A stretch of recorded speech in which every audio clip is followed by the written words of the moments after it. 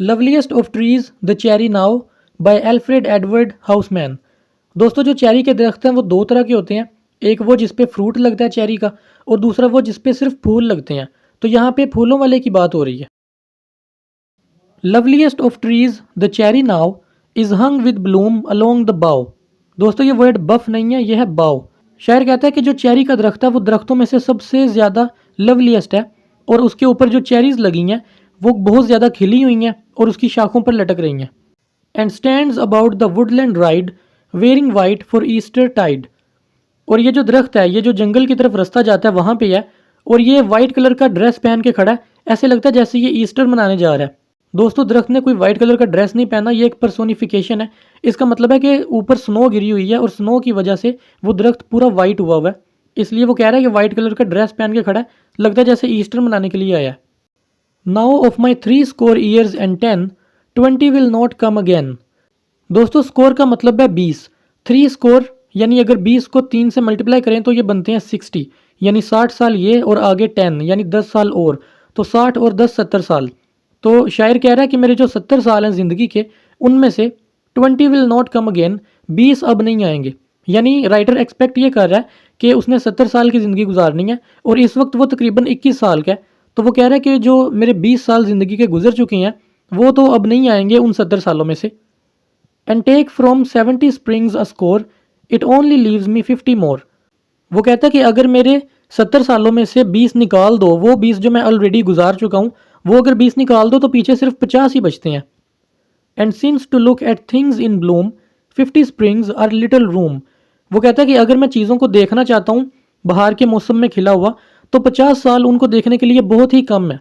दोस्तों असल में जो शायर है ना वो चेरी की बात कर रहा है कि चेरी का दरख्त उसे इतना ज़्यादा पसंद है, वो फूल इतने ज़्यादा पसंद है कि वो चाहता है वो सारी ज़िंदगी हर बार उन्हें बाहर के मौसम पे देखे जब वो खिले। तो वो कह रहा है कि 20 तो मैंने गुजार लिए, और एक्सपेक्ट वो कर रहा है कि 70 साल की मेरी ज़िंदगी है, तो बाकी जो 50 साल हैं वो बहुत कम है चेरीज़ को देखने के लिए। About the woodland I will go to see the cherry hung with snow.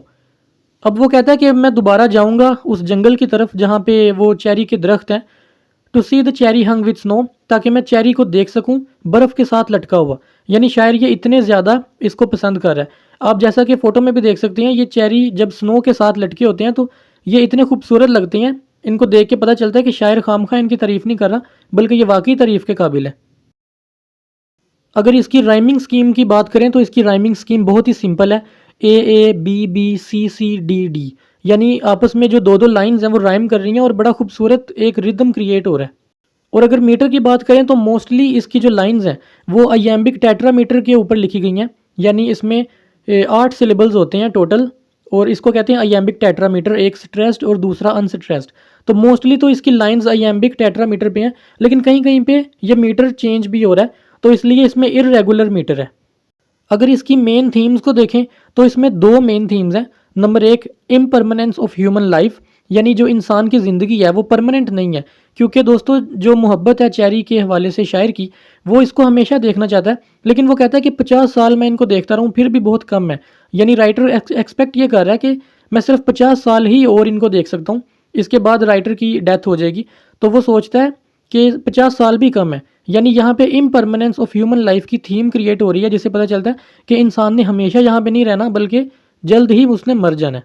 दूसरी जो इसकी थीम है वो है लव ऑफ नेचर, यानी जो राइटर की मोहब्बत है नेचर से, वो उसको रिप्रेजेंट कर रहा है। वो कैसे डिस्क्राइब कर रहा है कि चेरी कितना खूबसूरत है और कब ये ज़्यादा अच्छा लगता है, यानी जब स्नो गिरती है इस पर तब ये और ज़्यादा अच्छा लगता है। तो ये लव ऑफ नेचर को रिप्रेजेंट करता है, इसलिए इसकी दूसरी थीम है लव ऑफ नेचर। अब इसकी लिटरेरी डिवाइसेस देख लेते हैं। तो सबसे पहले तो आएगी इंजैम्पमेंट, यानी लाइन के ख़त्म होने से पहले ही उसको ब्रेक करके नीचे वाली लाइन पे आ जाना, इसे कहते हैं इंजैम्पमेंट। तो नंबर 1 ये।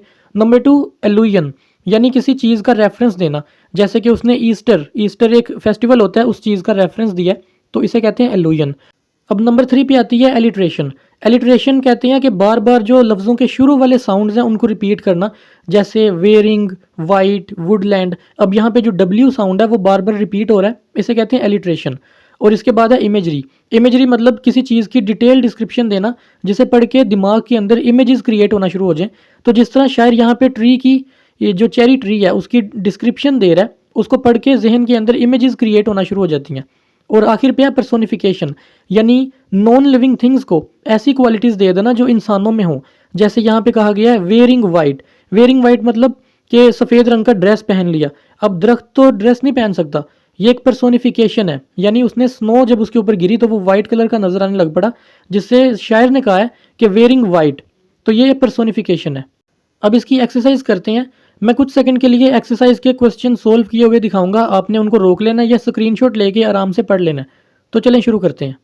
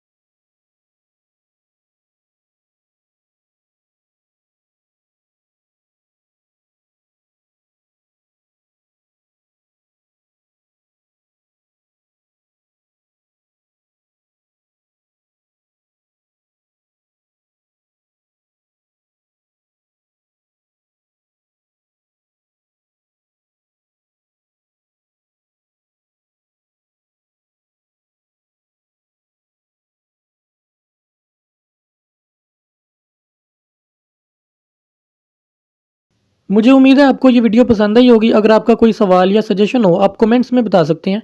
तो मिलते हैं अगली वीडियो में।